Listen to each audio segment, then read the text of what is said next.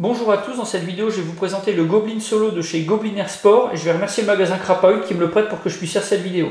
Alors pour ce qui est du packaging, comme vous voyez, quelque chose de très simple. On a un blister transparent, donc ça permet de voir tout le contenu du pack. On a également pas mal d'informations, alors tout en anglais, mais bon, c'est quand même relativement simple à comprendre. On voit qu'on peut tirer 12 billes de 6 mm ou alors une seule bille de paintball. Le lanceur peut servir à la fois pour l'airsoft et le paintball. Et puis pour ce qui est des gaz qu'on peut utiliser, ça va être soit du CO2, soit de l'air comprimé. On va voir maintenant le contenu du pack. À l'ouverture du pack, vous allez trouver tous les éléments. Le lanceur, un embout pour le chargement, la cartouche et un holster. En ouvrant le holster, vous allez trouver en plus un sac avec des joints de rechange, deux embouts pour les cartouches, et puis la notice. La notice est tout en anglais, il n'y a pas vraiment de schéma, c'est assez complexe, ça aurait mérité d'être un peu plus clair. On va maintenant voir chaque élément en détail.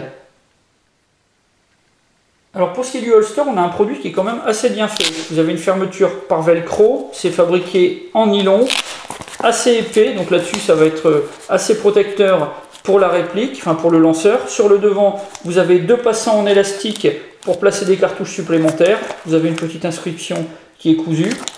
Et pour la fixation, donc vous avez au choix la possibilité d'utiliser les fixations sur un gilet tactique ou un équipement qui est équipé de fixation de type molly, ou alors en refermant, vous pouvez accrocher ça donc directement sur votre ceinturon.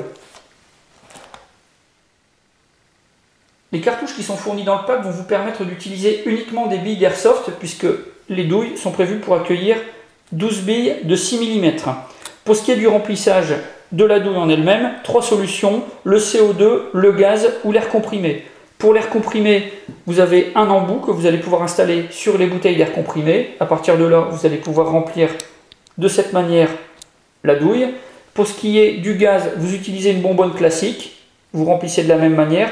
Et pour le CO2, il va vous falloir un adaptateur à sparklet.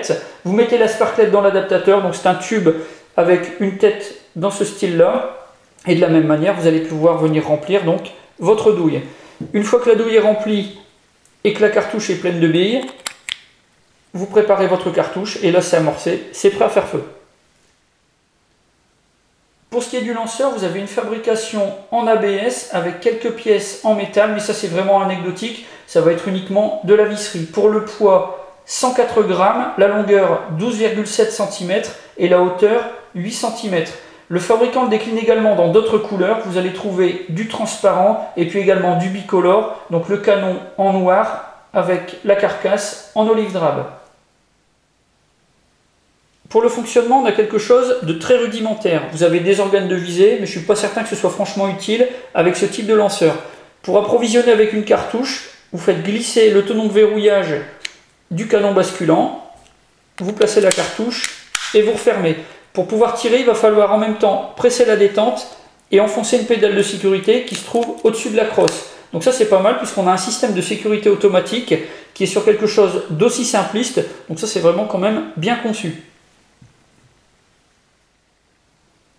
Pour ce qui est de la prise en main, on a quelque chose qui est franchement pas évident à manier. Vous avez une crosse qui est très petite, donc vous allez avoir le lanceur qui va tenir uniquement entre votre pouce et votre index.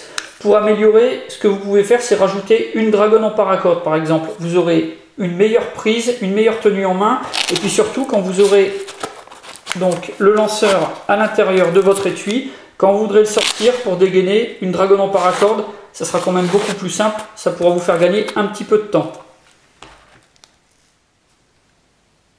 Alors pour ce qui est de l'utilisation de ce lanceur, à mon avis, ça va être uniquement comme humiliateur, puisque comme réplique principale, ça risque quand même de faire un petit peu limite.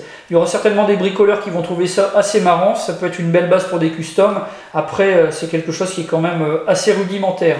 Pour ce qui est du tarif, pas d'informations pour le moment, puisque c'est pas encore au catalogue de chez Crapaud au moment du tournage. Donc je vous mets le lien de leur site, ça vous permettra d'aller le visiter, puis éventuellement de leur poser la question. J'en ai terminé maintenant avec le Goblin Solo de chez Goblin Air Sport. Si vous avez des questions, comme d'habitude, la boîte de réception ou la partie commentaires. Et puis je vous dis à bientôt pour d'autres vidéos.